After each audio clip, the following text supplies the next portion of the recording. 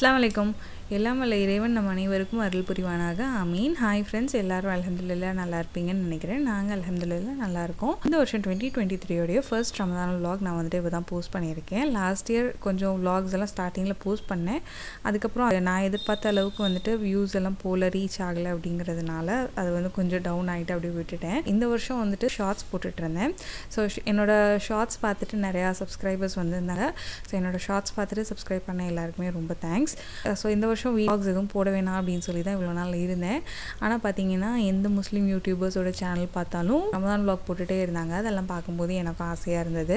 பார்த்ததுக்கு என் ஃப்ரெண்டு வேறு ஃபோன் பண்ணி என்னாச்சு இந்த வருஷம் vlogஏ போடல, நான் இவ்வளோ நாளாக பார்த்துட்டே இருக்கேன் அப்படின்னு சொல்லி கேட்டால் எனக்கு வந்துட்டு அது ரொம்ப ஒரு என்கரேஜிங்காக இருந்தது. சரி பரவாயில்லையே, நம்மளோட vlogகையும் எதிர்பார்த்து யாரோ ஒருத்தர் காத்திருக்காங்களே அப்படிங்கிற மாதிரி எனக்கு கொஞ்சம் என்கரேஜிங்காக இருந்தது. சரின்னு சொல்லிட்டு தான் இந்த வருஷம் ரொம்ப கேஷுவலாக ஜஸ்ட் அவள் கேட்டாலே அப்படிங்கிறதுக்காக நான் வந்துட்டு எடுத்த ஒரு vlog இது. நான் யூஸ்வலாக ஃபாலோ பண்ணக்கூடிய சில க்ளீனிங் டிப்ஸ் இந்த மாதிரி இதெல்லாம் சொல்லியிருக்கேன்.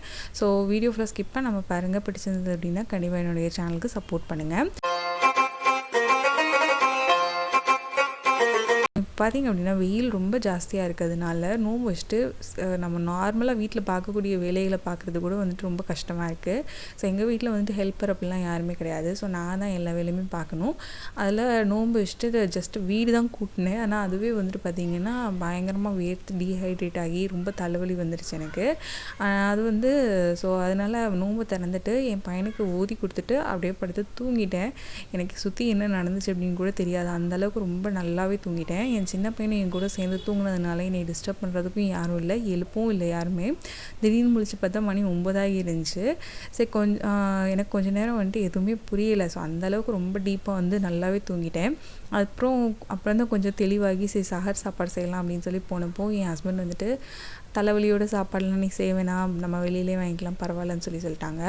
சரி ஓகே அப்படின்னு சொல்லி நானும் விட்டுட்டேன். இந்த மாதிரி என்றைக்காவது உடம்பு சரியில்லாதப்போ வெளியில் வாங்கணும் அப்படிங்கும்போது, இல்லைனா வந்து அதுவும் முக்கியமாக இப்போது சஹர் டைமில் அப்படிங்கும்போது எங்களுக்கு வந்துட்டு பரோட்டா அது இதுன்னு கடையில் வாங்குறத விட இடியப்பம் வந்து பெட்டரான ஒரு ஆப்ஷனாக வந்து எப்போவுமே இருக்கும் எங்களுக்கு. ஸோ இது வந்து எங்கள் ஏரியாவில் ஒரு சின்ன ஃபேக்ட்ரி மாதிரி லேடிஸ் நிறைய பேர் சேர்ந்து ரன் பண்ணுறாங்க. ஸோ அவங்களே மாவு வறுத்து அவங்களே வந்து இடியப்பம் வந்து சுட்டு நிறைய ஹோட்டல்ஸ் அந்த மாதிரி இதுக்கெல்லாம் வந்து சப்ளை பண்ணிகிட்ருக்காங்க. ஸோ இது வந்து ஒரு இடியப்பம் பார்த்திங்க அப்படின்னா 6 ரூபாய். நல்ல பெரிய இடியப்பமாக இருக்கும். ஒருத்தருக்கு வந்துட்டு 2 சாப்பிட்டோம் அப்படின்னாலே வயிறு நல்லாவே ஃபுல்லாகிடும். ஸோ நான் இப்போ எங்கள் 5 பேத்துக்கும் சேர்த்து 10 இடியப்பம் தான் வாங்கியிருக்கேன். 60 ரூபாயோட 5 பேத்துக்குமே சஹருக்கான சாப்பாடு வேலை முடிஞ்சிருச்சு. சைட் டிஷ்க்கு வந்து தேங்காய் பால் வாழைப்பழம் போதும்னு சொல்லியிருந்தாங்க. அதுக்கு வந்து துருவன தேங்காய் ஃப்ரீசரில் இருந்து முன்னாடியே வெளில எடுத்து வச்சுருந்தேன். இப்போது அதிலேருந்து 2 தடவை பால் வந்து எடுத்து வச்சுக்கிட்டேன்.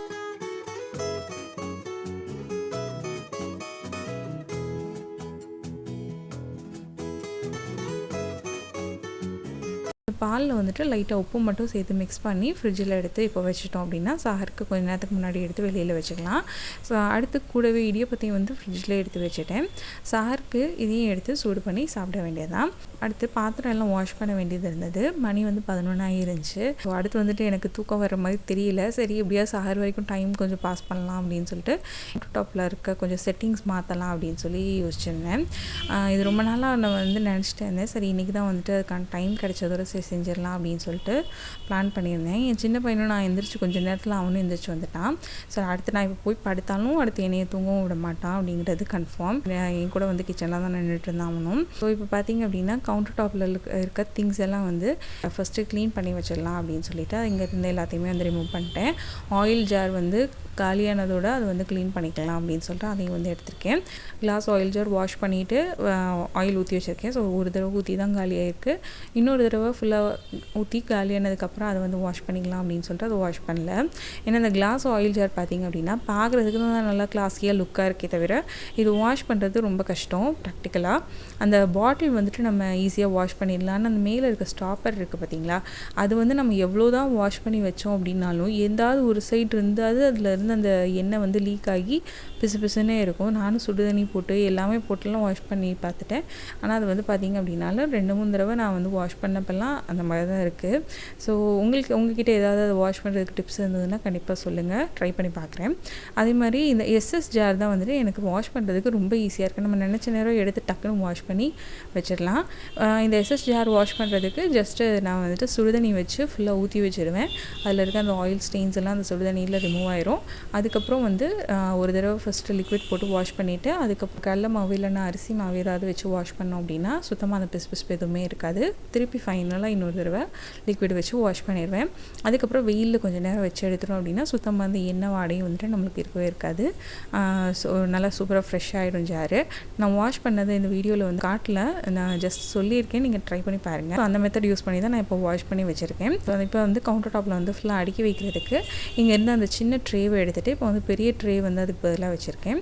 இந்த பெரிய ட்ரேயில் ஆல்ரெடி இருந்த அந்த பிளாஸ்டிக் கப்பை வந்து வாஷ் பண்ணி அங்கேயே வச்சுட்டேன். அதுக்குள்ளே ஏற்கனவே இருந்த மாதிரியே லைட்டர், அந்த தேங்காய் கீறுறது, சிசர்ஸ் இது எல்லாமே வந்து வச்சுக்கிட்டேன் பக்கத்துலேயே. அதுக்கப்புறம் வந்துட்டு கிளாஸ் ஆயில் பாட்டில், அதுக்கப்புறம் ஆஸ் யூஷுவல் அந்த எஸ்எஸ் ஆயில் ஜார் வந்து வச்சுருக்கேன். ஸோ இந்த ஆயில் ஜார் வந்துட்டு காலையில் வெயிலில் வச்சுட்டு அதுக்கப்புறம் இதில் எண்ணெய் வந்து ஊற்றி வச்சுக்கலாம் இப்போ அப்படின்னு சொல்லிட்டு சும்மா தான் எம்டியாக தான் வச்சுருக்கேன். வாஷ் பண்ணதோடு அப்படியே எடுத்து தொடச்சிட்டு அப்படியே எடுத்து வச்சுருக்கேன். ஸோ இது வந்து இன்னும் எண்ணெய் வந்து இதில் ஃபில் பண்ணல. அதுக்கப்புறம் பார்த்தீங்க அப்படின்னா ஃப்ரண்ட்டில் வந்து ஸ்பேஸ் வந்து ஃப்ரீயாக இருக்குது இல்லையா. ஸோ இந்த ஸ்பேஸில் வந்துட்டு உப்பு ஜார் வந்து மேலே வால் ஷெல்ஃபில் இருந்தது. ஸோ அந்த வால் ஷெல்ஃபில் உள்ள உப்பு ஜாரை வந்து கீழே வந்து எடுத்து பக்கத்தில் வச்சுக்கிட்டேன். நம்ம இந்த ஸ்டவ் பக்கத்தில் வைக்கிற ஐட்டம்ஸ் எல்லாம் பார்த்திங்க அப்படின்னாலே யூஸ்வலாக கிச்சனில் உள்ள ஐட்டம்ஸ் எல்லாமே சீக்கிரமாக பிசுபிசுனாகும், தூசி பிடிக்கும். ஆனால் அதுலேயும் முக்கியமாக இந்த ஸ்டவ் பக்கத்தில் நம்ம கவுண்டர் டாப்பில் வைக்கக்கூடிய ஐட்டம்ஸ் ரொம்ப சீக்கிரமாகவே வந்து பிசுபிசுனாயிடும். ஸோ இதில் வந்துட்டு இந்த மாதிரி ஐட்டம்ஸ் எல்லாம் வந்து நம்ம அடிக்கடி எடுத்து உள்ள பொருளெல்லாம் எம்டி பண்ணிவிட்டு வாஷ் பண்ணி வைக்கணும் அப்படிங்கிறது கொஞ்சம் கஷ்டம். ஸோ நான் வந்துட்டு என்ன பண்ணுவேன் அப்படின்னா அதில் உள்ள பொருள் வந்து இப்போ இந்த உப்பு ஜார் வந்து ஃபுல்லாக இருக்குது இல்லையா. ஸோ இது வந்து இந்த உப்பு வந்து ஃபுல்லாக காலியானதுக்கப்புறம் அதை வந்து வாஷ் பண்ணிவிட்டு அதுக்கப்புறம் நல்லா காய வச்சுட்டு அதுக்கப்புறம் அதில் வந்து உப்பு வந்து ஃபில் பண்ணி வைப்பேன்.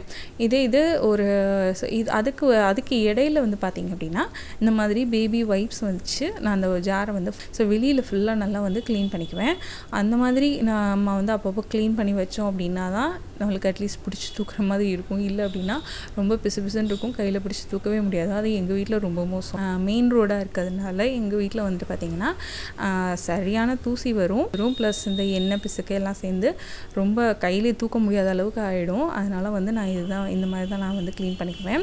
ஸோ வைப்ஸ் இல்லை அப்படின்னாலும் துணியை வந்துட்டு தண்ணியில் நனைச்சிட்டு அதை வச்சு தொடச்சிட்டு அதுக்கப்புறம் நம்ம ஒரு ஈரம் இல்லாத ஒரு துணியை வச்சு தொடச்சிட்டோம் அப்படின்னா சூப்பராக வந்து க்ளீன் ஆகிடும். அதுக்கப்புறம் நம்மளுக்கு என்னைக்கு நமக்கு கிச்சன் க்ளீனிங் மந்த்லி ஒன்ஸ் நம்ம கிச்சன் க்ளீன் பண்ணும்போதோ இல்லை அதில் உள்ள பொருள் வந்து காலியானதுக்கப்புறம் நம்ம வந்து அந்த பாக்ஸையோ அந்த கண்டெய்னர் ஜார் எதுவாக இருந்தாலும் அதை வந்து நம்ம வாஷ் பண்ணி எடுத்து வச்சுக்கலாம். ஸோ இதுதான் நான் வந்து ரெகுலராக கிச்சனில் வந்து ஃபாலோ பண்ணிகிட்ருக்கேன் இப்போது. ஸோ இப்போ இந்த உப்பு ஜார் வச்சதுக்கப்புறம் பக்கத்தில் வந்துட்டு இந்த மில்க் மேட் கண்டெய்னர் இருந்தது. இது உள்ள இந்த ஸ்பூன்ஸ் எல்லாத்தையுமே வந்து இது உள்ள போட்டு வச்சுருக்கேன். ஸோ ஃபஸ்ட்டு இந்த ஸ்பூன் ஆர்கனைசரில் இருந்தது. ஸோ எல்லாமே மொத்தமாக இருந்ததுனால ஸ்பூன்ஸை மட்டும் எடுத்து இதில் வந்து போட்டு வச்சுருக்கேன். அடுத்த பக்கத்தில் வந்துட்டு இந்த மணி பிளான்ட் வந்து வச்சுருக்கேன். இவ்வளோதான் நான் வந்து ட்ரேக்குள்ளே வந்து அரேஞ்ச் பண்ணது இது மட்டும்தான்.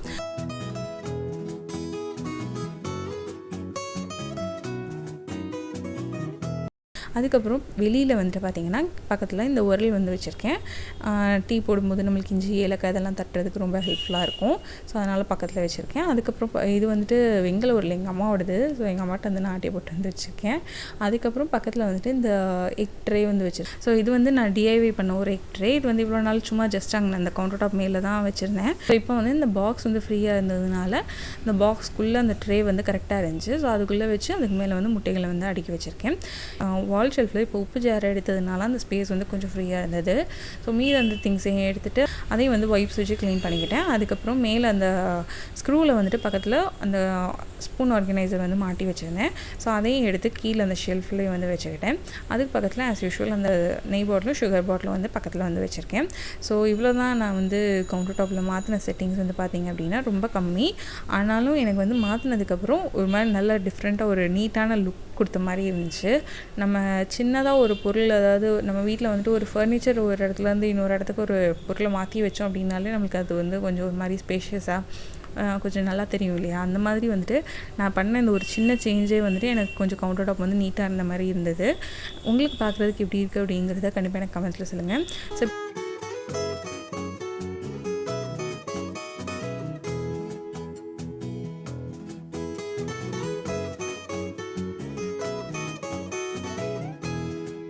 இப்போ கவுண்டர் டாப் க்ளீன் பண்ணிவிட்டு அதுக்கப்புறம் கிச்சனையும் ஃபுல்லாக கூட்டி விட்டுட்டு பார்த்தப்போ மணி கரெக்டாக 2 அப்போயே எனக்கு வந்துட்டு தூக்கம் வரல. ஸோ அப்படியே நான் போய் படுத்து தூங்கிட்டோம் அப்படின்னாலும் சஹருக்கு கண்டிப்பாக எந்திரிக்க முடியாது. இன்னும் இருக்கிற ஒரு 2 மணி நேரத்தை எப்படியாவது ஓட்டணும் அப்படிங்கிறதுக்காக. ஸோ அந்த டைமில் வந்துட்டு கொஞ்சம் வீடியோஸ் எல்லாம் எடிட் பண்ணிகிட்டு இருந்தேன். என் பையன் எப்படியாவது அந்த டைமில் தூங்கிடுவான், சஹருக்குள்ளே அட்லீஸ்ட் தூங்கிடுவான் அப்படின்னு சொல்லி எதிர்பார்த்தேன். ஆனால் வந்து கரெக்டாக 4 மணிக்கு தான் தூங்கினா. அதுக்கு முன்னாடி வரைக்கும் தூங்கவே இல்லை. கரெக்டாக வந்து சஹர் டைம் ஆகிடுச்சு, 4 மணி ஆகிடுச்சு. ஸோ எந்திரிச்சு வந்துட்டு ஃபஸ்ட்டு தேங்காய் பாலையும் இடியப்பத்தையும் ஃப்ரிட்ஜிலேருந்து எடுத்து வெளியில் வச்சுட்டு அதுக்கப்புறம் டீ வந்து ரெடி பண்ணிக்கிட்டேன். இடியப்பம் வந்து சூடு பண்ணணும் அப்படின்னாலே நான் வந்து எப்போவுமே வீட்டில் சுட்டதாக இருந்தாலும் சரி, இல்லை வெளியிலேருந்து வாங்கினதாக இருந்தாலும் சரி, இந்த மாதிரி இட்லி பாத்திரத்தில் வச்சு இல்லைன்னா இந்த ஒரு பாத்திரத்தில் தண்ணி பிடிச்சி அதுக்கு மேலே ஒரு ஸ்டீமர் பிளேட் வச்சு நல்லா கவர் பண்ணி ஆவி காட்டிட்டோம் அப்படின்னா அது வந்து நல்லா ஃபுல்லாக ஸ்டீம் ஆகி நம்மளுக்கு வந்து ஃப்ரெஷ்ஷாக அப்படியே அப்போ சுட்ட இடியப்பம் மாதிரி நல்லா சூப்பராக வந்து கிடைக்கும். ஸோ இந்த மாதிரி தான் நான் வந்துட்டு எப்போவுமே இடியப்பம் வந்து ஃப்ரிட்ஜிலேருந்து எடுத்து சூடு பண்ணிக்குவேன். ஸோ இந்த மாதிரி சூடு பண்ணி எல்லாமே சஹர் சாப்பாடெல்லாம் முடிச்சாச்சு. டீயும் குடிச்சிட்டு கரெக்டாக வந்து பாங்க சொல்லிட்டாங்க.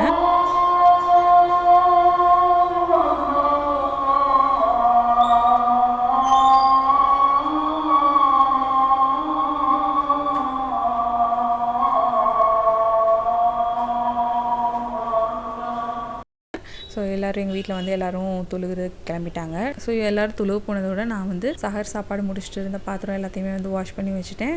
அப்போ தான் கொஞ்சம் பிரிஸ்காக இருப்போம். ஸோ அப்போயே வந்து வாஷ் பண்ணிட்டோம் அப்படின்னா ரொம்ப ஈஸியாக இருக்கும். மற்ற வேலைகள் எல்லாத்தையும் முடிச்சுட்டு தூங்க போயாச்சு. இதுதான் என்னோடய ஒரு சிம்பிளான ஒரு vlog இது. நீங்கள் என்னுடைய வீடியோஸ் வந்துட்டு லாஸ்ட் வரைக்கும் பார்த்துருந்தீங்க அப்படின்னா ரொம்ப ரொம்ப தேங்க்ஸ். நீங்கள் என்னுடைய சேனலுக்கு புதுசாக இருந்தீங்க அப்படின்னா கண்டிப்பாக என்னுடைய சேனலுக்கு சப்போர்ட் பண்ணுங்கள். நெக்ஸ்ட் வீடியோவில் மீட் பண்ணலாம். Take care, bye, happy Ramadan.